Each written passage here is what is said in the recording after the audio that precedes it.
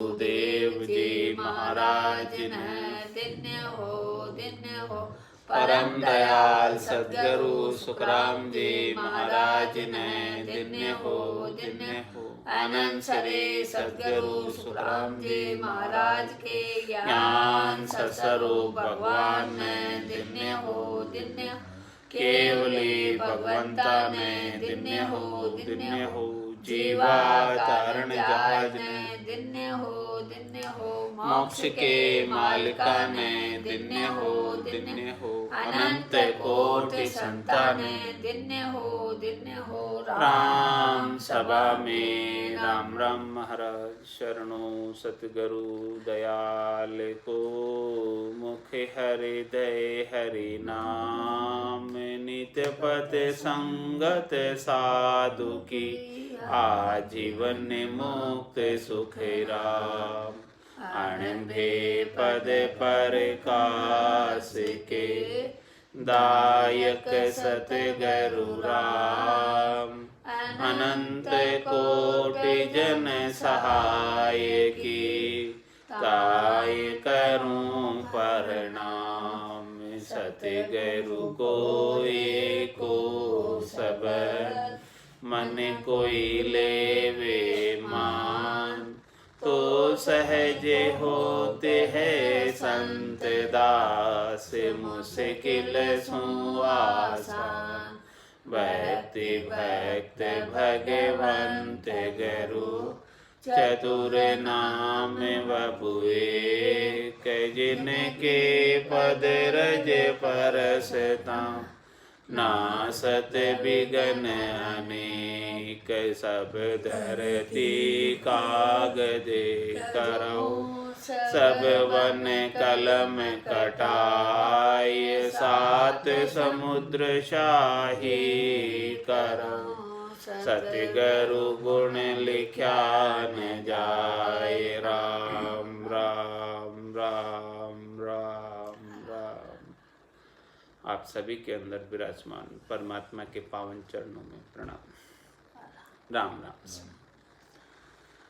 राजा चंदूलाल का संवाद चल रहा है। महाराज चंदूलाल के साथ ज्ञान की चर्चा कर रहे हैं। तो राजा चंदूलाल कहता है, कहे भूप हो संत यो न्याव कीजे पर ब्रह्म माया ब्रह्म को दीजे ओ हम सुनियो ब्रह्म रे माया तीजो न सुनियो तुम खोज लिया।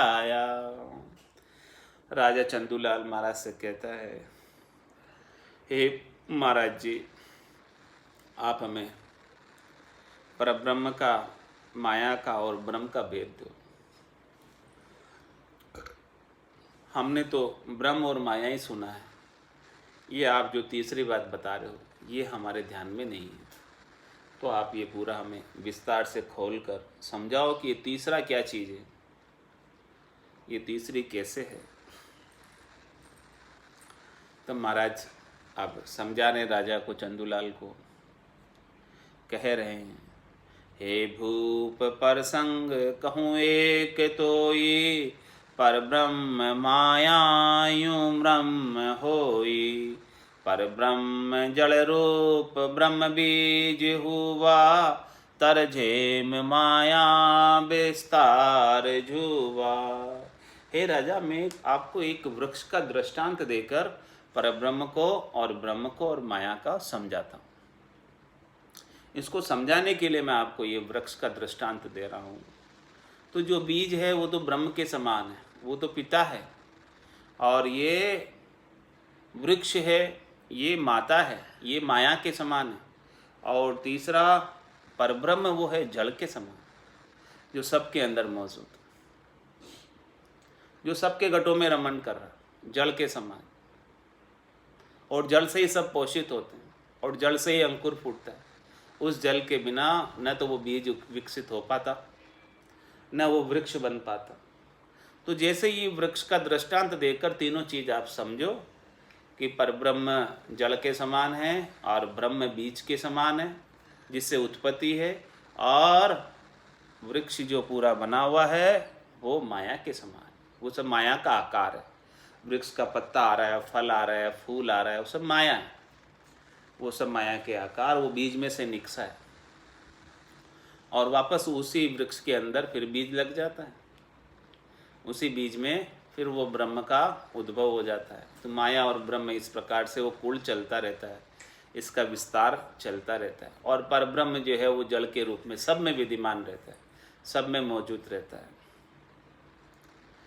बन बीज बन में है बीज बन में, बन बीज माही, यूं ब्रह्म माया पर ब्रह्म नाही।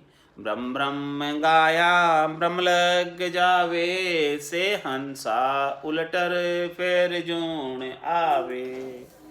महाराज माने कि जो है वो बीज है वो वृक्ष के अंदर है और वृक्ष बीज के अंदर है बीज बन में और बन बीज माही, यूं ब्रह्म माया पर ब्रह्म नाही। इस प्रकार से दोनों ब्रह्म और माया है, इसके अंदर पर ब्रह्म नहीं है। और महाराज हमारे कोई ब्रह्म ब्रह्म तक गाते तो कहाँ तक जाएंगे? वो ब्रह्म तक ही जाएंगे, वो बीज तक चले जाएंगे।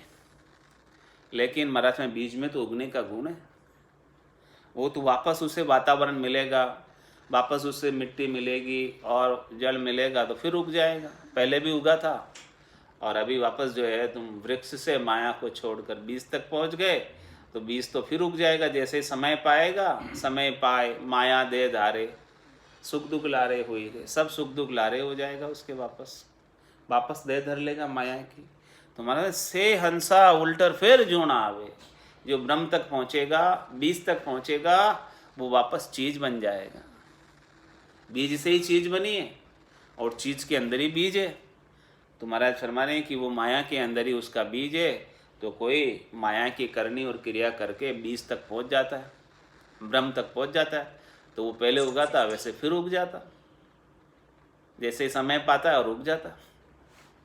से हंसा उल्टर फिर जूण आवे, इस प्रकार से वापस वो योनि में आ जाता है। हे गोड़ डाला फूल पात हुआ, यूं देव अवतार संसार जुआ। जो बीज तर में यो ब्रह्म होई, पर ब्रह्म न्यारा जल रूप होई। हे राजा देखो समझो, ये घोड़ है यानी वृक्ष है और वृक्ष के डाल है, फूल है, पत्ते है। इसी प्रकार से ये संसार के अंदर 33 कोटि देव है, 24 अवतार है, पूरा ये त्रिलोकी संसार एक पूरे वृक्ष के समान अलग से दिखाई दे रहा है। जैसे वृक्ष बीज में से निकलकर दिखाई देता है, ऐसे ये सब चीज़ें पूरा संसार अलग से नजर आ रहा है। जो बीज तर में यो ब्रह्म होए, जिस प्रकार से वापस जो वो तरुवर लगा है, वृक्ष लगा है, उसके अंदर भी बीज रहता है। वृक्ष का तना होता है, तने के बाद उसके फूल आते हैं और फूल के बाद फल आते हैं और फल के अंदर क्या होता है? बीज होता है। और वो बीज को वापस बो दो तो फिर वृक्ष उग जाता है। मतलब जो बीज तर में यूं ब्रह्म होई, जैसे बीज है उस वृक्ष के अंदर, उस संसार में है, वो संसार से न्यारा नहीं है, वो कुल में ही है, वो माया और ब्रह्म संग ही है, अलग नहीं है। और पहले भी वो बीज से वृक्ष उत्पन्न हुआ और वो बीज वापस उस वृक्ष में कितने ही उग गए। अब बीज तो एक बोया था, लेकिन अब नीम को देखो वृक्ष का, उसमें कितने निम्बोड़े आ गए, हजारों लाखों। फिर एक एक निम्बोड़े को बहुत उतने वृक्ष उग जाएंगे। इस प्रकार से ब्रह्म अपने विस्तार को प्राप्त हो रहा है, इसका स्वभाव विस्तार करने का है। ज्यों बीज तर में यूं ब्रह्म होई, पर ब्रह्म न्यारा जल रूप होई। लेकिन वो परब्रह्म तो न्यारा है, जो सब घटों के अंदर रमण कर रहा है, चेतनता के रूप में, जो सब घटों के अंदर जल के समान वृक्ष के अंदर सारे वृक्ष, चाहे वो बोले किसी भी जाति का हो वृक्ष, नीम का हो, आक का हो, बबूल का हो, आम का हो, अंजीर का हो, किसी का भी वृक्ष हो, सबके अंदर जड़ तो वो एक ही है, वो परब्रह्म तो सबके अंदर एक ही है, लेकिन नाम तो अलग अलग कहला रहे हैं। इसी प्रकार से महाराज फरमा रहे हैं, इस प्रकार से जो है 33 कोटि देवता अलग अलग कहलाने लग गए, क्योंकि अलग अलग उनके गुण हैं। 24 अवतार अलग अलग कहलाने लग गए। इस प्रकार से पूरा संसार नर नारी अलग अलग बस गए इस वृक्ष के अंदर, अलग अलग प्रकार के लग गए। सुन नाम का भेद है भूप न्यारा, पर ब्रह्म आद है कहूँ वेद सारा। जिन पर संग सो जो पुरुष हुआ, सुन सुरत बंदी यु वेद जुवा। इस प्रकार से महाराज फरमा रहे हैं कि सबका नाम का भेद भी अलग अलग है। जैसा जैसा इस संसार के अंदर वृक्ष है, जैसा जैसा बीज है, उसके अनुसार उस वृक्ष का भी नाम है, अलग अलग नाम है। सुन नाम का भेद है भूप न्यारा, और वो परब्रह्म का नाम भी अलग है। और इन संसार के अंदर जितने भी चीजें हैं, ब्रह्म और माया, इन सब के नाम अलग अलग। सुन नाम का भेद है भूप न्यारा, पर ब्रह्म आद है कहूँ वेद सारा। और इन सब के मूल में जड़ है, चाहे वो किसी भी प्रकार का वृक्ष हो, सब जड़ से ही पोषण प्राप्त करता है, सब जड़ से ही सिंचन प्राप्त करता है, और सब जड़ से ही पुष्टि प्राप्त करता है, जल से ही विकास को प्राप्त होता है, जल से ही बढ़ता है, इसके बिना नहीं बढ़ता। इसीलिए उसका भेद बिल्कुल अलग है। जिन पर संग सो जो पुरुष हुआ, सुन सूरत बंधी यू भेद जुवा। महाराज कह रहे हैं तू अब सूरत लगा कर सुन, सूरत को बांध कर सुन, सूरत को इधर उधर कहीं बिखरने नहीं देना। मैं तुझे सारा भेद बता रहा हूँ कि किससे किससे कौन कौन कैसे कैसे उत्पन्न हुआ और वापस कैसे कैसे कैसे कैसे जाएगा। इस प्रकार से सूरत को बांध, सूरत को इधर उधर मत जाने दे, मत भटकने दे, और एक जगह केंद्रित कर, जो मैं खास रहस्य की बात बता रहा हूँ। पर ब्रह्म सो सुन सत शब्द राही, जिंग शब्द निक्षोता शब्द माही। जिंग शब्द सो अनहाद हुआ, अनहाद से सुन गुरेनाद जुवा। इस प्रकार से निकसा है, ऊपर से नीचे ऐसे आया। वो परब्रह्म परमात्मा है, उसका मुख्य शब्द, खास शब्द उसको प्राप्त करने का सत शब्द है, और उस सत शब्द से जिंग शब्द निक्षा है, और जिंग शब्द से फिर अनहद का शब्द निक्षा है, फिर अनहद के शब्द से नाद का शब्द निक्षा है। उसमें से ऊपर ऊपर से ऐसे ऐसे नीचे होता जा रहा है, और वापस चढ़ना तो भी ऐसे ऐसे ही चढ़ना पड़ेगा। जैसे ऊपर से निक्षा है वैसे ही इनके सहारे चढ़ना पड़ेगा। उन नाद सो सुन साकार आया, साकार ने सुन ररंकार जाया। ररंकार से सुन दिल पुरुष हुआ, दिल पुरुष सु सुन चेतन हुआ। वो फिर जो नाद है, जो नाद की ध्वनि है, उससे फिर ये साकार का निर्माण हुआ, साकार शरीर का निर्माण हुआ। ये शरीर पंचभौतिक देह बनी, साकार शरीर बना, स्वरूप बना, आकार बना। इस प्रकार से वो सत्शब्द के वहाँ से आदेश हुआ, पारब्रह्म का आदेश हुआ, उनकी इच्छा का आदेश हुआ। सत्शब्द सबके मूल में है, और उसके बाद जिंग शब्द है, उसके बाद अनहद शब्द है, उसके बाद नाद शब्द है, और नाद शब्द से साकार का विस्तार हुआ है। और साकार आ गया जब एक बार ये मनुष्य शरीर प्राप्त हो गया, तो साकार ने सुन ररंकार जाया। इस साकार मनुष्य शरीर के अंदर ही ररंकार वापस प्रकट हुआ। वो ररंकार क्या है?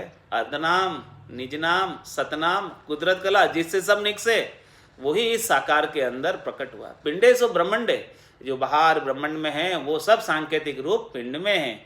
जैसे बाहर से इस सृष्टि के अंदर ऐसे ऐसे नीचे नीचे आए, तो वापस वो साकार के अंदर इस नरदेही के अंदर कंठ कमल पर ररंकार जाया। यहाँ पर जब सदगुरु विधि से रकार और मकार की साधना करो, माया और ब्रह्म का नाम लो, तो वो यहाँ पर ररंकार उत्पन्न हो जाता है, पैदा हो जाता है, प्रकट हो जाता है। साकार ने सुन ररंकार जाया। इस प्रकार से साकार शरीर के अंदर, इस नर तन के अंदर वो ररंकार उत्पन्न हुआ। और महाराज समय ररंकार से सुन दिल पुरुष हुआ। वो ररंकार जो है इस आत्म चेतन के संग लग गया। दिल पुरुष सु सुन चेतन हुआ, और वो आत्म चेतन जो माया मोह भ्रम की रजनी में सो रहा था, वो अब जाग गया। वो ररंकार जागृत होते ही, वो दिल पुरुष है, आत्म चेतन, इस दिल के भीतर जो पुरुष रहता है, तन देवल बिच आत्म देवा, निर्गुण भक्ति भजन है बेवा। इसको ऐसा भजन का भेद मिला, इसके ऐसे निरंकार उत्पन्न हुआ, जागृत हुआ, तो ये चेतन हो गया आत्मा। ये आत्मा जो है सोई हुई थी, आत्मा की सोई हुई चेतनता जाग गई और जागकर भक्ति करने में लग गई। बिना निरंकार के जाए साकार शरीर में ही लगी हुई थी वो। माया मोह भरम की रजनी, सूता जीव अगाई, सदगुरु वाच करी कैसी, राम कहो मेरे भाई। जब सदगुरु से राम नाम का उपदेश लिया, सदगुरु बख्शे राम नाम, शिष्य धारे विश्वास, रामचरण निज दिन रटे तो निश्चय होई प्रकाश। जहाँ दिन सुमरण लगा निज दिन धारो धार, चेतन हुआ पल दोई में, जागी नाड़ विचार। तो महाराज में इस प्रकार से निरंकार सुन दिल पुरुष हुआ, वो दिल के अंदर ऐसा प्रेम उत्पन्न हुआ। भेद सहित ज्ञान घट आवे, प्रेम भाव नैचो मन पावे, मोक्ष मिलन की यही है उपाय, दूजी नहीं शिष्ट में भाई। तो साकार ने सुन निरंकार जाया, और निरंकार से सुन दिल पुरुष हुआ। और वो जो है हमारे इनको निरंकार को जन्म देने वाले केवली भगवंत, वो भी निरंजन निराकार है, लेकिन वो साकार शरीर धरकर आए। किस लिए आए वो साकार शरीर धर के? रामा नाम नूर वारा मुख पर सोवे, तेज पुंज प्रकाशा, और हंसा काज लिया उतारा। वो साकार होके क्यों आए? क्यों देह धर के आए? क्या आवश्यकता थी उनको देह धर के आने की? हंसा काज लिया उतारा, और ब्रह्म देश का वासी, ऐसे ब्रह्म देश के वासी थे वो, तो अगम देश के वासी थे, लेकिन वो साकार शरीर धर के क्यों आए? साकार ने सुने निरंकार जाया, ऐसे निरंकार का उत्पन्न करने के लिए आए। सब हंसों के प्रति, सब जीवों के प्रति दया का भाव रखते हुए, उनका जीवों को सबको जम की जेल से छुटाने के लिए आए। तो महाराज हमारे ऐसी आवाज़ से आए वो, उन नाद सो सुन साकार आया। और किससे आए वो? सृष्टिकर्ता परमात्मा के हुक्म से आए। ऐसी उनकी आवाज़ हुई, उन आवाज़ से आए। उन नाद सो सुन साकार आया, नित्य अवतार के रूप में आए साकार। और साकार ने सुन निरंकार जाया, और निरंकार से सुन दिल पुरुष हुआ। दिल में प्रेम जागृत हुआ, भक्ति जागृत हुई, और दिल पुरुष सो सुन चेतन हुआ। इस प्रकार से वो दिल पुरुष जो है चेतन हो गया, और चेतन होकर परमात्मा को प्राप्त हुआ। और चेतन होने से क्या गुण हुआ? देखो, चेतन सो सुन घट ज्ञान पाया, हर ज्ञान से ध्यान विज्ञान आया। वो चेतन होने से ही उसको अपने घट के भीतर ज्ञान प्राप्त हो गया। जब तक सोया हुआ था, चेतन नहीं हुआ, तब तक उसे कुछ भी ज्ञान प्राप्त नहीं था। लेकिन जैसे ही वो सदगुरु के वचन सुनकर ऐसे सदगुरु से ज्ञान लिया और निरंकार उत्पन्न हुआ उसके घट के भीतर, तो ऐसा केवल्य ज्ञान प्राप्त हो गया उसे। चेतन सो सुने घट ज्ञान पाया, और हर ज्ञान से ध्यान विज्ञान आया। ऐसा हरि का ध्यान मिल गया उसे, तो उस ज्ञान से विज्ञान उत्पन्न हो गया। यानी विज्ञान यानी ऑटोमेटिक वैभव होने लग गया। विज्ञान सो सुने समाधि लागे, और ऐसा विज्ञान उसके उत्पन्न हो गया ज्ञान से ऑटोमेटिक वैभव का। तो उसके सब प्रकार की समाधियां भी स्वतः ही लगने लगी। ध्यान समाध, ब्रह्म समाध ब्रह्मांड में, इखट समाध, सत्ता समाध और शून्य समाध, एक के बाद एक समाधि सब लगने लगी। विज्ञान सो सुन समाधि लागे, समाधि सो सुन पर ब्रह्म सागे। और समाधि देश में जाकर ही तो परब्रह्म परमात्मा से मिलते, बाकी कैसे मिलते? वो समाधि देश के अंदर पहुंच गया, निरंकार जागृत होने से चेतन हो गया, और रोम रोम के अंदर उसके उमावा होने लगा। निरंकार का ही तो उमा हुआ रोम रोम में, और किसका उमा हुआ? रोम रोम से होई रही निरंकार जुनकार, निस्वासर आठों पहर रामचरण के सार। उठत बैठत जागता सूता ही सिमरण होय, रामचरण निरंकार दुनी बायर लखे न कोई। राम रटत सेजा खुलिया रामचरण सुन माई, बाड़ी पीवे रैण दिन सेजा टूटत नाई।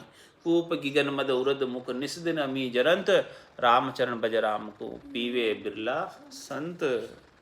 तो इस प्रकार से वो समाज सुन पर ब्रह्म सागे। इस प्रकार से वो पर ब्रह्म समाधि के माध्यम से समाधि देश में जाकर इस प्रकार का ज्ञान प्राप्त करके अर्धनाम का, निज नाम का, सतनाम का, कुदरत कला का, नियंचर का, वो परब्रह्म परमात्मा से मिल लिया। उनके अरस परस हो गया, उनका दीदार हो गया। तो महाराज फरमाने ये ज्ञान जो है बहुत गहरा है, बहुत रहस्यमय ज्ञान है। जैसे ये निक्सा है वैसे ही उसके अंदर वापस एक के बाद एक जाना पड़ता है, सारी समाधियाँ एक के बाद एक लगती है, और जैसे जैसे वो शब्द आगे बढ़ता है वैसे वैसे वापस ध्वनि तेरे घट के भीतर उत्पन्न होने लगती है। सबसे पहले नाभि से नाद उत्पन्न होती है, फिर त्रिकुटी में अनद नाद उत्पन्न होती है, फिर बाद में सुहंग और जिंग ध्वनि और अगम की ध्वनि, ये सारी ध्वनियाँ उत्पन्न होते होते वो अगम देश की प्राप्ति कर लेता है। तो महाराज फरमाने राजा को, चंदूलाल को, हे राजा ऊंडो ज्ञान समझ उर लीजिए, ये ऐसा गहरा ज्ञान है, इसकी समझ तेरे गट के भीतर धारण कर। हे राजा ऊंडो ज्ञान समझ उर धरिए, इसकी समझ हृदय में ले, इस ज्ञान को समझ, और अंधधुंध कोई काम न कीजिए, अंधधुंध में कोई काम मत कर, इधर उधर जिससे तेरी श्वासें समाप्त हो, श्वासें खराब हो, समय खराब हो, ये कीमती अमोलक मिनखा दे चली जाए ऐसे ही व्यर्थ में ही, और तू 3 लोक का फेरा होई, गाणी बेल फिरे जू सोई, 4 वेद की त्रिगुण माया, लख 84 जीव बंधाया, वैसे ही तू भी बंधा नहीं रह जाए इनके साथ, 84 लाख जीवाजू उनके साथ। ये ज्ञान को तू धारण कर लेगा तो बंधा नहीं रहेगा, और ये ज्ञान को धारण नहीं करेगा तो फिर अंधधुंध में ही काम कर रहा है और बंधा ही रहेगा, जिससे सारे 84 लाख जीव बंधे हुए। शुभ कर्म कर स्वर्गा जावे, अशुभ किया 84, कह सुखराम भक्ति कर केवल परम धाम जन जासी, पाप पुण्य दोन्यासु न्यारा, भरम करम दोन्यासु न्यारा, जासु रहो लिवलाए, कह सुखराम राम बिन जग में सभी कर्म उपाय। तो तू कर्मों का उपाय छोड़, तभी अंधधुंध में काम न कीजिए। कर्मों का उपाय करता रहेगा, पाप पुण्य का उपाय करता रहेगा, शुभ अशुभ का उपाय करता रहेगा, तब तो तू अंधधुंध में काम कर रहा है, और ये सब उपायों को छोड़ेगा तब जाके तेरा काम होगा। हे राजा ऊंडो ज्ञान समझ उर लीजिए, ये तेरी इसकी समझ तेरे गट के भीतर बैठा ले, और अंधधुंध में कोई काम न कीजिए, कोई भी काम मत कर अंधधुंध में, बिना समझिया नहीं, नादानी में ना समझी में कोई काम नहीं कर। नादानी में ना समझी में काम कर लेगा तो तुझे नुकसान हो जाएगा लाभ होने की बजाय, क्योंकि या तू आया लाभ कमाने के लिए। सौदा अगर चलिया जीव सौदे भरतखंड में आया, कहीं के कर गया लाभ कमाई, कहीं का मूल ठगाया। तो लाभ कमाई किसने की? जिसने ऐसा ऊंडा ज्ञान समझ उर धर लिया। और नुकसान किसने किया? जिसने अंधधुंध में काम किया।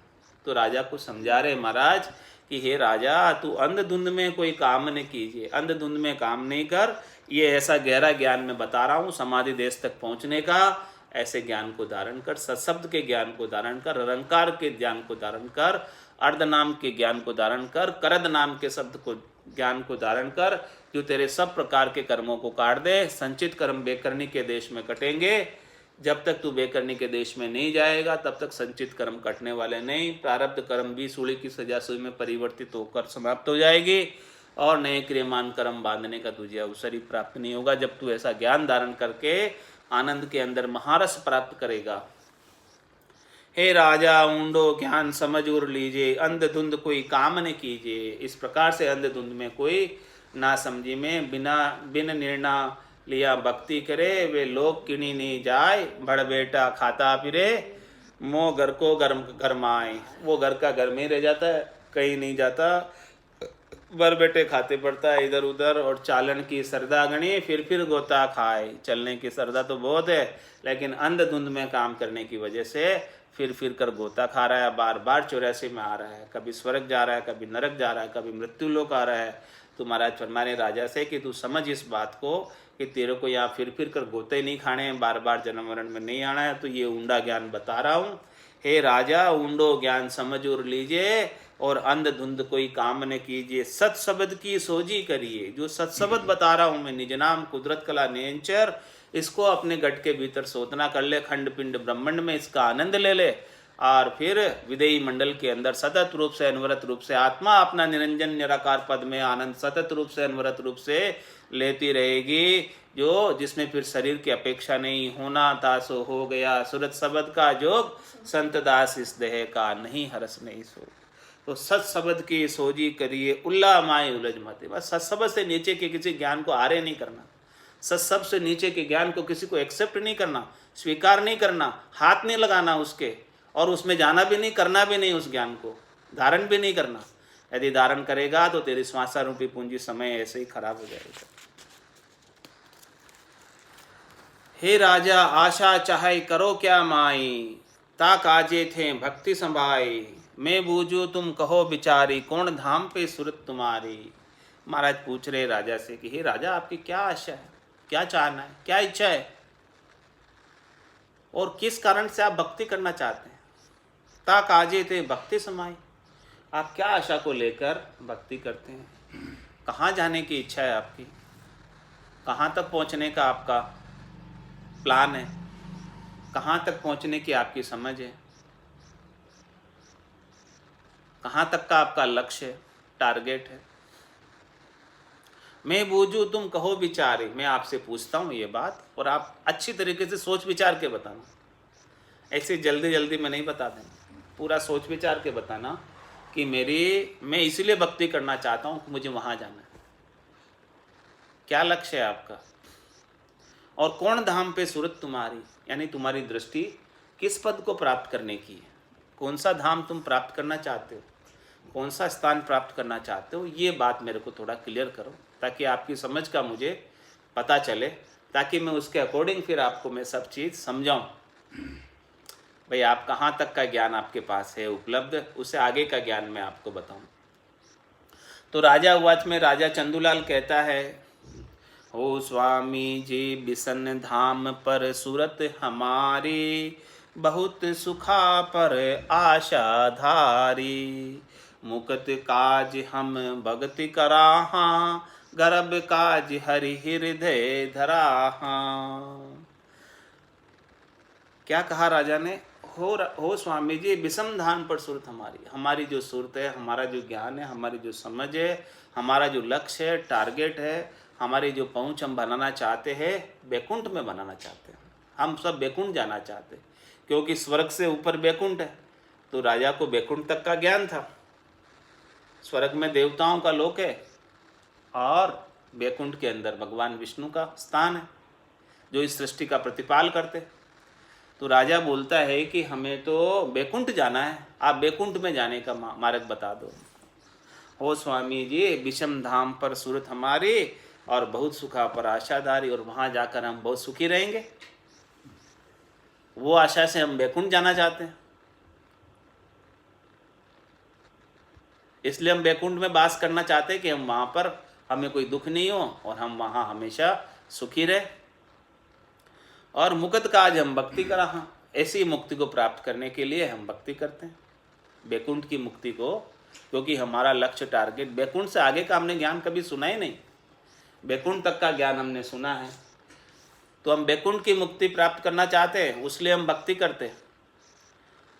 और गर्भ काज हरि हृदय धराहा, और हम जो वापस गर्भ में नहीं आना चाहते हैं, इसलिए हम हरि का नाम हृदय में धर कर रखते हैं ताकि हमें वापस हरि गर्भ में नहीं भेजे, 84 में नहीं भेजे। ऐसा राजा का भाव है। महाराज ने पूछा, राजा ने ऐसा उत्तर दिया, जैसी राजा की समझ थी उतना उसने बता दिया, सत्य सत्य बता दिया और सोच विचार के बता दिया, सही सही बात के भी ऐसी बात है, हमको ऐसा ऐसा यहाँ तक की समझ है, अब आप देखो हमें बताओ, कुछ मार्गदर्शन दो, ज्ञान दो, कैसा हमको करना चाहिए। तो सुखोवाच में महाराज राजा के इस समझ को समझकर उत्तर देते हैं। क्या उत्तर देते हैं? हे राजा सुख की लार दुख सुने होई, गर्भ मुगत लगे मिटे न कोई, विष्णु धाम लगे काल गिरा से, काम क्रोध दोन्यों रहे बासे। हे राजा तू सुख प्राप्त करने के लिए जा रहा है बैकुंठ? अरे भाई तू सुख प्राप्त करने की इच्छा रख के जाएगा तो सुख के साथ तो दुख है, दोनों जोड़े से। सुख जहाँ दुख दिवस जहाँ रजनी, जहाँ जन्म जहाँ मरना, ज्ञान विचार गुरा का देखो काल पास क्यों पढ़ना। तो सुख की इच्छा मत रख, सुख की इच्छा रख के जाएगा तो सुख के साथ तो दुख अवश्य संभावी है। जहाँ सुख है वहाँ दुख है, दोनों जोड़े से। जहाँ दिन है वहाँ रात है, जहाँ जन्म है वहाँ मृत्यु, जोड़े से चीज़ बनी हुई है। सुख जो है निरपेक्ष नहीं है, सुख सापेक्ष है, सुख अलग नहीं है। तुलनात्मक है। दुख के साथ तुलना करते हैं तो सुखी हो जाते, दुखी के साथ तुलना करते हैं अपन सुखी हो जाते हैं, और अपने से ज़्यादा सुखी के साथ तुलना करते हैं तो दुखी हो जाते हैं। तो ये तुलनात्मक है, सापेक्षिक है, निरपेक्ष नहीं है सुख। तो इसीलिए महाराज फरमा रहे कि हे राजा, सुख के लार दुख सुनो। जब तू सुख की इच्छा रखेगा तो हमेशा ही सुख नहीं मिलेगा, दुख भी मिलेगा साथ में। दुख कोई चाहता थोड़ी है, लेकिन दुख तो आ ही जाता, सुख के साथ दुख आ ही जाता। और गर्भ मुगत लग मिटे न कोई, और तू बैकुंठ की मुक्ति चाहता है तो महाराज फरमाते हैं कि देखो, बैकुंठ की मुक्ति तक गर्भ नहीं छूटता, वापस गर्भ में आना पड़ता। बैकुंठ में जो चले जाते हैं वो भी वापस गर्भ में आते हैं। गर्भ मुगत लग, तो मुगत लग जाएगा, सायुज्य सामीप्य सारूप्य सानिध्य, ये 4 प्रकार की मुक्ति तू प्राप्त करेगा बैकुंठ की, तो वहाँ से भी फिर से लौटकर आना पड़ेगा।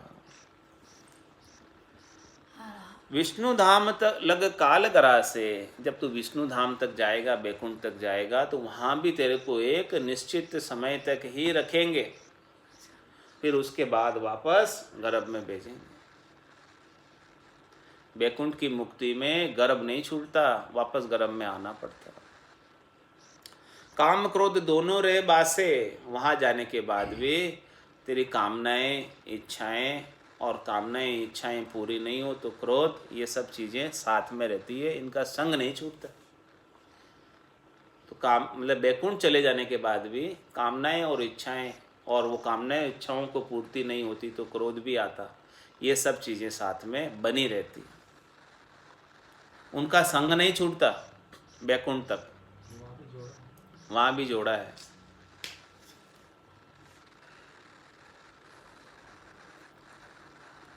हे राजा, जहाँ लगे फौज काल की जावे, तहाँ लग का सुख झूठ कहावे। 3 लोक सुख बंछे कोई, तहाँ लगे सुखी कदे नहीं होई। और राजा को समझा रहे हैं, हे राजा देख समझ, जहाँ लगे फौज काल की जावे, जहाँ तक काल की फौज है, जहाँ तक काल का साम्राज्य है, जहाँ तक काल का एरिया है, वहाँ तक के सुख तू प्राप्त करने की इच्छा रखेगा तो सब सुख झूठ है। काल निश्चित रूप से सब सुखों को खाई जाएगा, ज़्यादा समय तक वो सुख तुझे प्राप्त होने वाले नहीं है। थोड़े समय उन सुखों का तू भोग कर पाएगा, उसके बाद उन सबको काल खा जाएगा। 3 लोक भवन चतुर्दश, एक काल को ग्रासा, सदगुरु मेहर बिना नहीं छूटे, जन्म मरण भव त्रासा। तो हे राजा, जहाँ लग फौज काल की जावे, तहाँ लग का सुख झूठ का आवे। इसलिए वहाँ तक के सुखों की तू इच्छा मत कर, तू इच्छा भी करता है तो वो सुख सुख नहीं है, वो सुख दुख में बदलते देर नहीं लगेगी। इसलिए वहाँ तक के सुख सब झूठे हैं।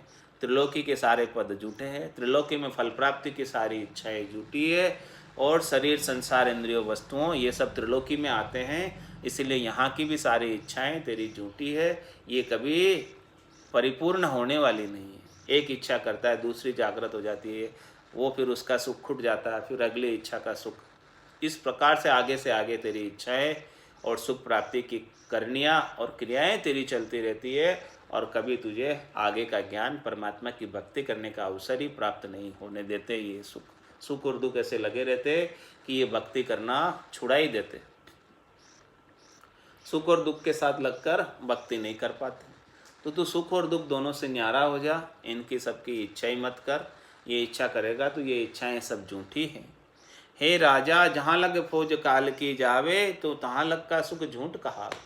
जहाँ तक काल का साम्राज्य है वहाँ तक तू पहुँचने का विचार कर रहा है, वहाँ तक तू अपनी पहुँच और पराक्रम बना रहा है, वहाँ तक का तू उपाय कर रहा है, वहाँ तक का तू कोई विकल्प पकड़ रहा है, तो वहाँ पहुँचने के बाद भी तुझे वापस आना पड़ेगा। वहाँ तक के सारे सुख झूठे हैं, हमेशा हमेशा रहने वाला नहीं है। तो उन सुखों के अंदर 3 लोक सुख बंचे कोई, तहाँ लग सुखी कदे नहीं हो। जब तक तू 3 लोक के सुखों की इच्छा करेगा तब तक तो सुखी नहीं हो सकता। 3 लोक सु भया उदासी, वे जन अमरलोक का वासी। तेरे को अमरलोक का वास करना है तो 3 लोक के सुखों से उदास हो जा, उदासीन हो जा, तटस्थ हो जा। इनकी इच्छा मत कर, इनकी इच्छा करेगा तो वहाँ तक तू सुखी हो नहीं सकता कभी। क्योंकि सुख यहाँ 3 लोक के सुख के साथ दुख अवश्य संभावी है। हे राजा चंद सूर पवन और पानी, धर ब्रह्मांड लग करो पिछाणी। 3 देव जहाँ लग भय है, ओ उपाव काल मुक जय है। क्या फरमा रहे महाराज? हे राजा चंद सूर पवन और पानी, धर ब्रह्मांड लग करो पिछाणी। वहाँ तक तू पहचान कर ले, यहाँ तक पूरा ये त्रिलोकी है, जहाँ तक चंद्रमा है, जहाँ तक सूरज है, जहाँ तक पवन है और पानी है और धरती है और ये ब्रह्मांड है, वहाँ तक तू पहचान कर ले कि ये सब 3 लोकों के अंतर्गत ही आते हैं, 3 लोकों से बाहर नहीं। और तीनों देव जहाँ लग भय है, जब तक तू तीनों देवों के साथ रहेगा। 3 देव कौन है? ब्रह्मा, विष्णु और महादेव। वहाँ तक भय है, वहाँ तक डर है। किस बात का? जन्मने और मरने का, क्योंकि इनको उदय ऐसा ही दिया सृष्टिकर्ता परमात्मा ने। ब्रह्मा रच्यो गड़न को, विष्णु करण प्रतिपाल, और शिव रच्यो संहार को, इंद्र वर्षण मेदमाल। पाप पुण्य का न्याव को, सिरजो है धर्मराज, और संत सिरजा सुखराम के जीव उदाहरण काज। तो महाराज पे 3 लोक का तीनों मालिक, ये तीनों मालिक है 3 लोक के, से नहीं अटके कोई। बादशाह के एदी आगे भूपत हाजिर होई। तो 3 देव जहां लग भय, तू जब तक ये तीनों देवों के साथ लगा रहेगा, रजोगुण तमोगुण सतोगुण के साथ लगा रहेगा, इन्हीं गुणों से सुखान्वित होता रहेगा, और ये तेरे को सुख पहुंचा रहे और तू सुख में रीझ रहा, राजी हो रहा है, तो महाराज समय ता तक तो भय है। लेकिन यदि तूने सदगुरु के ज्ञान का शरणा ले लिया, बादशाह के एदी आगे भूपत हाजिर हुई। ये भूपत है तीनों, कौन? ब्रह्मा विष्णु महादेव, ये तीनों लोक के मालिक है। ये किसके आगे हाजिर है? बादशाह के एदी के आगे। उनको नहीं अटका सकते। और जो सदगुरु के ज्ञान का शरणा नहीं लेगा, वो सब अटके रहेंगे, 3 लोकों में सुख प्राप्त करते रहेंगे, जाते रहेंगे, आते रहेंगे। ब्रह्मा विष्णु महेश्वर शक्ति, जिणिए बंधन दिया, सतबेरा के बिना नहीं छूटे, बहुविध गाढ़ा किया। ये कोई आसान बंधन थोड़ी है, रजोगुण तमोगुण सतोगुण का बहुत भारी बंधन लगा रखा है। ये बंधन बिना सदगुरु के ज्ञान के छूटने वाला नहीं। गुणातीत ऐसे आसानी से नहीं हो जाता। जब तक सदगुरु ऐसी दया नहीं करे, मेहर नहीं करे, कृपा नहीं करे, तब तक इनके बंधनों से छूटना बहुत मुश्किल कार्य है, आसान कार्य नहीं है। तो 3 देव जहां लग भय है, जब तक तू इन तीनों देवों के संग रहेगा, ब्रह्मा विष्णु महादेव के संग रहेगा, तब तक तो तुझे डर है। तीनों गुणों के संग रहेगा, रजोगुण तमोगुण सतोगुण के संग रहेगा, तब तक तुझे डर है। इनके लोगों को भी प्राप्त करेगा तो भी तुझे वापस आना पड़ेगा। कैलाशपुरी चला जाएगा, ब्रह्मा जी के सतलोक चला जाएगा और विष्णु के बैकुंठ चला जाएगा, तब तक भी काल की पहुँचे, काल से बारे नहीं है। 3 देव जहाँ लग भय है, ओ उपाव काल मुख जे है। यहाँ तक का उपाय जो है काल के मुख में है। यहाँ तक का तू कोई भी उपाय करेगा तो काल से बारे बिल्कुल भी नहीं है। लेकिन बादशाह के एदी आगे भूपत हाजिर हुई। बादशाह के एदी कौन है? ये सदगुरु का ज्ञान, ये सदगुरु बादशाह के एदी। उनके आगे ये भूपत भी, इनकी भी नहीं चलती, इनका जोर चलता नहीं, इनकी माया चलती नहीं, क्योंकि उनको माया की चाहना नहीं।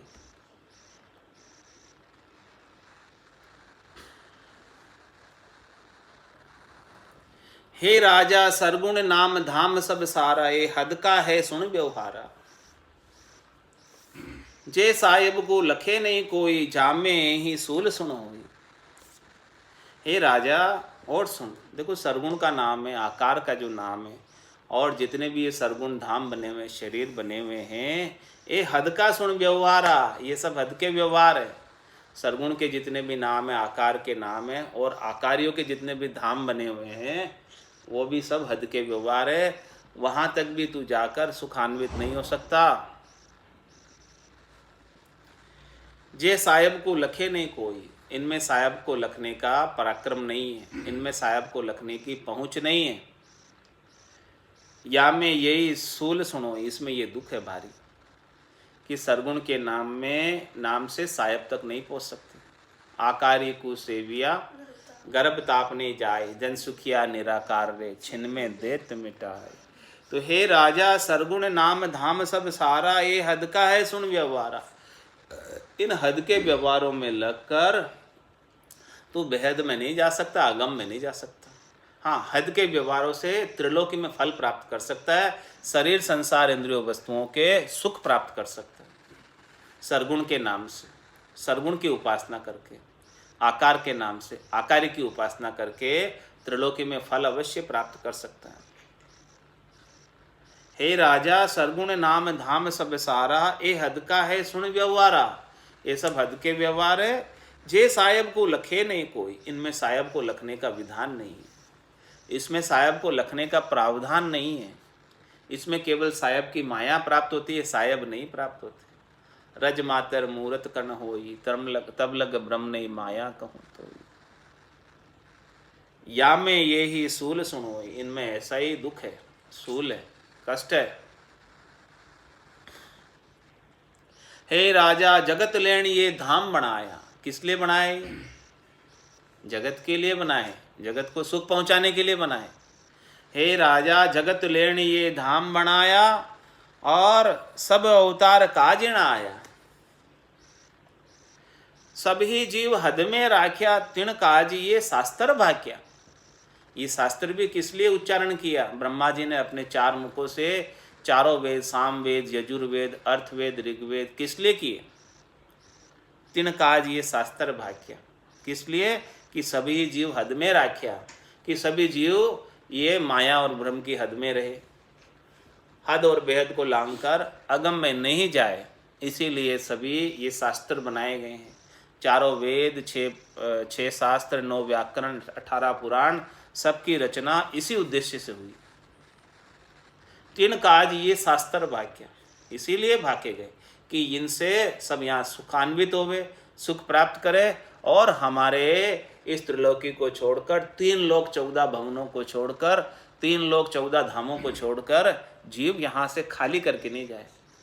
जब तक यहाँ पे आप जीव को सब सुख सुविधाएं देते रहोगे तो वो खाली करके भला क्यों जाएगा? नहीं जाएगा। तो सुख सुविधाएं देने के लिए सारे ये शास्त्र बनाए गए हैं। जीव को हद में रखने के उद्देश्य से सब शास्त्र बनाए गए हैं। और जगत लेण ये धाम बनाया, ये जगत को जगत में रखने के लिए धाम बनाए गए हैं। 14 भुवन इसलिए बनाए गए हैं, ये 3 लोक इसलिए बनाए गए हैं ताकि यहाँ पर, और सब अवतार काजिण आया, और जितने भी 24 अवतार धरकर आए वो भी सब यहाँ पर जीवों को सुखान्वित करने के लिए आए, जीवों को सुखी करने के लिए आए। जीव जब यहाँ बहुत ज़्यादा दुखी हो जाते हैं, यहाँ पर अधर्म का बोलबाला हो जाता है, धर्म की हानि हो जाती है, जीव बहुत दुखी हो जाते हैं, तो उन जीवों को सुख पहुँचाने के लिए, अधर्म का नाश करने के लिए और धर्म की संस्थापना करने के लिए अवतार धर कर आते हैं विष्णु के पद से। तो हे राजा जगत लेण ये धाम बनाया, ये सब जगत के लिए बनाए गए, जगत में रखने के लिए बनाए गए, जगत से बाहर करने का इसमें कोई उपाय नहीं है। ये बात को समझ। सब अवतार काजिण आया, सभी अवतार भी आए तो इसी काज से आए, इसी उद्देश्य से आए, इसी निमित्त को लेकर आए।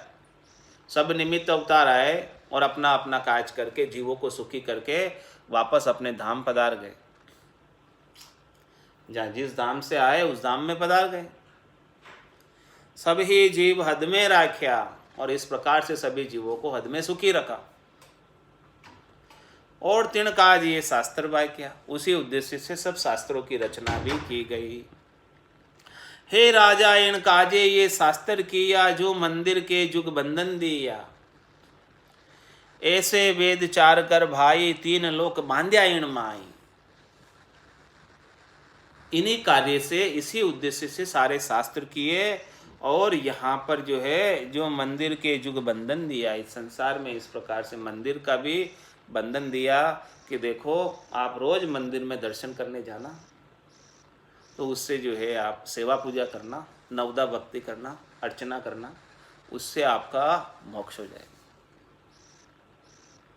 ऐसी बात बताई, शास्त्रों में ऐसी बात बताई है कि भाई जो है रोज़ सेवा पूजा करना, अर्चना करना, सभी मंदिर में जाना, दर्शन करना। तो महाराज फरमा रहे हैं कि ये तो चरम चक्षुओं से तो दर्शन परमात्मा के होते नहीं है, परमात्मा की माया के दर्शन होते हैं, आंखों से जो दिखता है। देखिए सुनिए गुनिए मन माही, मोह मूल परमारथ नाई। तो फिर ये क्या है? मंदिरों के दर्शन क्या है?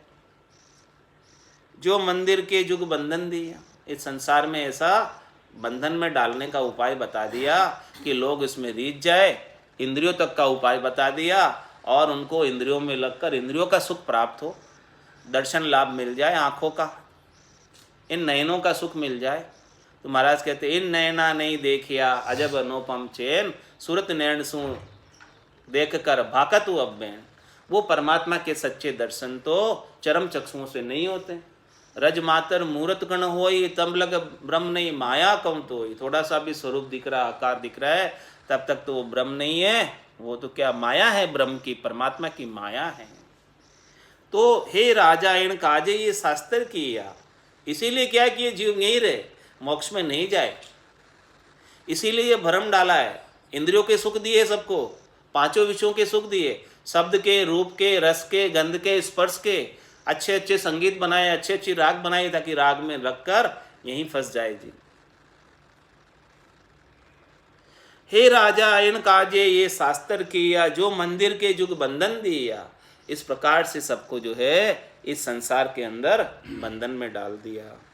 ऐसे वेद चार कर भाई, ऐसे ही चारों वेद, साम वेद, यजुर्वेद, अर्थवेद और ऋग्वेद, तीन लोक बांध्या इन माई। इस तीन लोक और 14 भवनों में रहने वाले जीवों को इन सब वैदिक क्रियाओं में, करनियों में, सुख प्राप्ति की सारी चीज़ों में लगा दिया सबको, और सब यही कार्य कर रहे हैं। सब शास्त्रोयुक्त सब क्रियाएं कर रहे हैं, और सब यहाँ पर शास्त्रोयुक्त क्रिया करने से उनको लाभ भी मिल रहा है, उनको सुख भी मिल रहा है, फल भी मिल रहा है त्रिलोकी में, और फल प्राप्त हो रहा है। इसीलिए फल पावे पद भी मिले पर गर्भ न छूटे कोई। लेकिन गर्भ तो नहीं छूट रहा है इनसे, सब जन्म मरण में आ रहे, सुखान्वित हो रहे, सुखों की प्राप्ति कर रहे, लेकिन गर्भ नहीं छूट रहा। तो महाराज फरमा रहे हैं कि ये जो कार्य है कैसा है। हे राजा मूर्ख तके धंध ही जाने, और ज्ञानी उलझा वेद बखाने। जे सुलझा आगे हरि चीना, जो गुण सुरगुण सेवा कीना।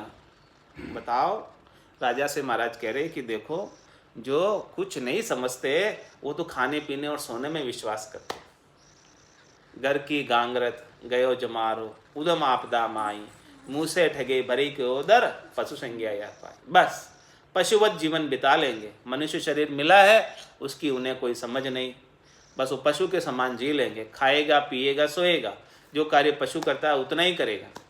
तो हे राजा मूर्ख तके धंध ही जाने। जो मूर्ख होता है, ना समझ होता है, जिसको आगे का ये जीव कहाँ से आया, कितने दुख भोग के आया, अभी यहाँ आकर कितने दुख भोग रहा है और आगे जाकर कितने दुख भोगेगा, इसकी कोई परवाह नहीं। वो सब क्या है, कौन है? मूर्ख। हे राजा मूर्ख तके धंधे ही जाने।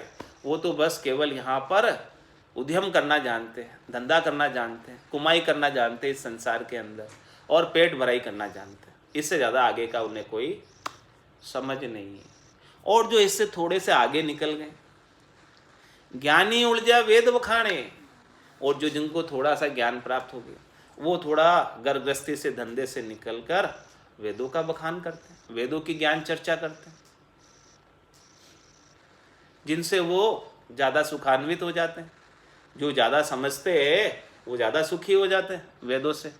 वेदों में ऐसी करनी और क्रियाओं का उल्लेख आता है जिनको करने से कम मेहनत करके ज़्यादा फल प्राप्त हो जाता है। बाकी जो नहीं समझते वो बहुत ज़्यादा मेहनत करते हैं, और जो थोड़े ज्ञानी हैं वो थोड़ा स्मार्ट तरीका अपनाते हैं सुख प्राप्ति का, और वो वेदों की क्रियाओं को, करनियों को करके और फिर सुखी रहते।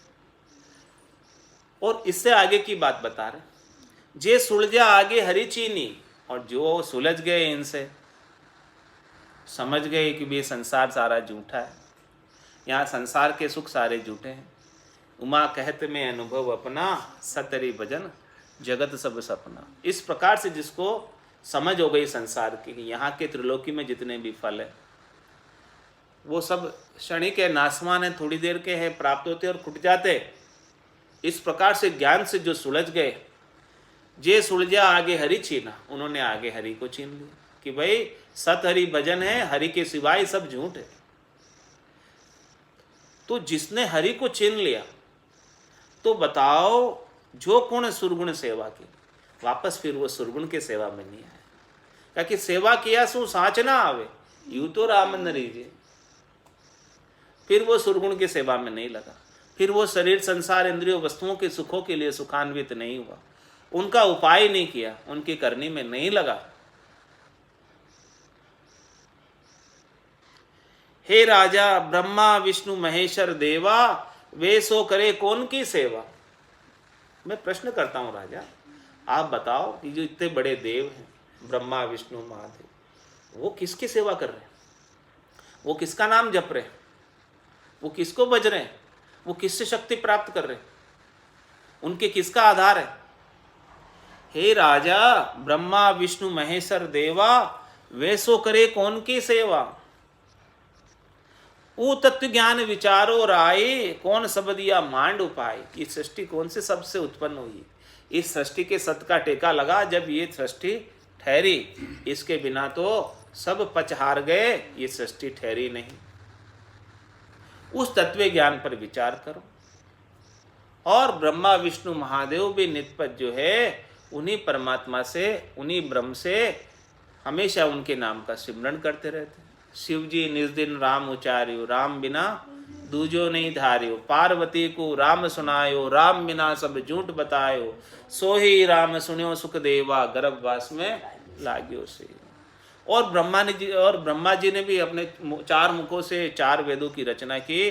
वो भी जो है भगवान ने ही, सृष्टिकर्ता परमात्मा ने हंस अवतार धारण करके ज्ञान दिया उनको, तब जाके वो 4 वेद का उच्चारण किया। उनका भी जो है परमात्मा का ही आधार है, उसी आधार से सब कार्य करते हैं। लेकिन आधार तो सबके वही है, लेकिन काम काम में फर्क है।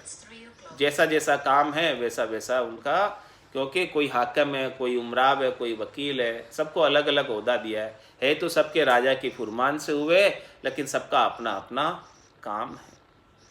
हे राजा सुन समझ विचारी, आगे ऋषि कौन विदधारी। जारा शिष्य अवतार कहाया, कौन ज्ञान वे हृदय लाया। हे राजा थोड़ा उस बात पे भी विचार कर, जो आगे वशिष्ठ मुनि हुए, जो आगे नेमिनाथ जी हुए, उन्होंने कौन सा ज्ञान धारण किया, कौन सी विधि धारण की। और जिनके शिष्य जो है अवतार हुए, रामकृष्ण जैसे अवतार हुए, उन्होंने भी वशिष्ठ मुनि से राम जी ने ज्ञान धारण किया, नेमिनाथ जी से भगवान कृष्ण ने ज्ञान धारण किया। तो बताओ कौन ज्ञान वे हृदय लाए, कौन सा ज्ञान उन्होंने हृदय में धारण किया। यूं तो कहे ब्रह्म सब कोई, पण दे धारिया सु माया होई। जड़ सो चीज उपस सब जावे, सुन जड़ को रूप किसी विधि कहावे। भाई यूं तो कहते हैं कि सभी चीज ब्रह्म है, लेकिन जैसे ही वो देह धार लेती है तो ब्रह्म निरपेक्ष ब्रह्म नहीं रहता, वो माया के संग का भेड़ का ब्रह्म हो जाता। राम किशन भी ऐसे माया धारण, शरीर धारण कर लिया तो माया का संग कर लिया। तो महाराज तुम्हारे पण देह धार्या सो माया हो, उन्होंने जैसे ही देह धार ली तो माया का संग हो गया उनका, निरपेक्ष ब्रह्म ने सापेक्ष ब्रह्म हो गया। यूं तो कहे ब्रह्म सब कोई, पण देह धार्या सु माया होई। किस प्रकार से, जो जड़ सो चीज उपज सब जावे, सुन जड़ को रूप किसी विधि कहावे। चीज तो सब जड़ से उत्पन्न हुई, लेकिन उसे आप जड़ तो नहीं कहोगे, चीज ही कहोगे। बिना जड़ के कोई चीज उत्पन्न नहीं होती। इसी प्रकार से बिना ब्रह्म के कुछ है नहीं, लेकिन जो चीज बन गई है तो वो तो अलग ही चीज बनी है, जड़ तो नहीं है, तो उसका अलग ही उपयोग होगा, ब्रह्म का उपयोग तो नहीं होगा। ब्रह्म से ही ब्रह्म का कार्य होगा, और चीज से तो चीज का कार्य होगा। जो चीज जिस निमित्त बनी है उस निमित्त उसका उद्देश्य पूरा होगा। उस उद्देश्य से उस निमित्त से जिसके लिए बनी उस वो कार्य उससे कर सकते हैं आप। लेकिन आप चाहते हो कि वो अलग निमित्त के लिए बनी, अलग उद्देश्य के लिए बनी है, उससे मोक्ष प्राप्त करना चाहते हैं, तुम्हारे मोक्ष तो जड़ से ही प्राप्त होगा, चीज से नहीं होगा। हे राजा नाना विध की चीज़ां सारी, छोटी मोटी हल्की भारी, ए तो सब ही जल से ही होई, जल को रूप कहो किसी विधि कहो कोई। ये राजा जो छोटी मोटी जितने भी चीज़ें बनी, हल्की भारी जितनी बनी है, कोई छोटी भी है, कोई मोटी भी है, कोई हल्की है, कोई भारी है, ये तो सब जल से ही हुई, बढ़ती तो सब जल से ही, बिना जल के तो कुछ नहीं बन सकता। तो जल को रूप किसो कहो सोई, किसको आप जल का रूप कह सकते, कैसे कह सकते भला ये जल है? जल उसमें है, लेकिन जल पूरा जल तो नहीं है वो। हे राजा जल की चीज सकल सुख आवे, किन्हीं सो सुन प्यास न जावे। कहलाती सब जल से बनी हुई, लेकिन आप उसका सेवन कर लो, क्या उससे प्यास बुझ जाएगी? प्यास तो जल से ही बुझेगी। जल की बनी हुई चीज का आप सेवन करने से प्यास नहीं बुझेगी। तो जिस चीज का जो उपयोग है वैसे उपयोग करना पड़ेगा। जिस निमित्त जो चीज बनी है उसी निमित्त से उसका कार्य होगा। यूं मोख ब्रह्म बिन, यूं सुन मोख ब्रह्म बिन नाई, हे राजा सुन समझो माई। इसीलिए हे राजा, जैसे जल पीने से ही प्यास बुझेगी, उसी प्रकार से मोक्ष भी बिना ब्रह्म ज्ञान के, बिना केवल की भक्ति के होने वाला नहीं है। हाँ, बनी हुई सब चीज़ें जल से है, लेकिन सबका अलग अलग अपना अपना कार्य है, सबका अपना अपना उद्देश्य है, सबका अपना अपना गुण धर्म है, सबका अपना अपना प्रभाव है। तो जिस चीज़ का जैसा प्रभाव है, जिस चीज़ का जैसा गुण धर्म है, उससे आप वैसा ही कार्य करा सकते हो। और आप चाहते हो कि इन सब चीज़ों से ही हम मोक्ष प्राप्त कर ले, तो महाराज कह रहे संभव नहीं है वो चीज़। प्यास जैसे जल से ही बुझेगी, वैसे ही मोक्ष भी केवल सत्सव से ही होगा, निज नाम से ही होगा, कुदरत कला से ही होगा, नियंचर से ही होगा, इसके बिना होने वाला नहीं है। बोलो राम सद्गुरु देव जी महाराज ने, दिन्य हो दिन्य हो। परम दयाल सद्गुरु सुखराम जी महाराज ने, दिन्य हो। अनंत श्री सद्गुरु सुखराम जी महाराज के ज्ञान सस्वरूप भगवान ने, केवली भगवंता ने, धन्य हो धन्य हो। जीवा तारण जहाज ने, मोक्ष के मालका ने, धन्य हो। अनंत कोटि संताने, धन्य हो। राम सभा में राम राम।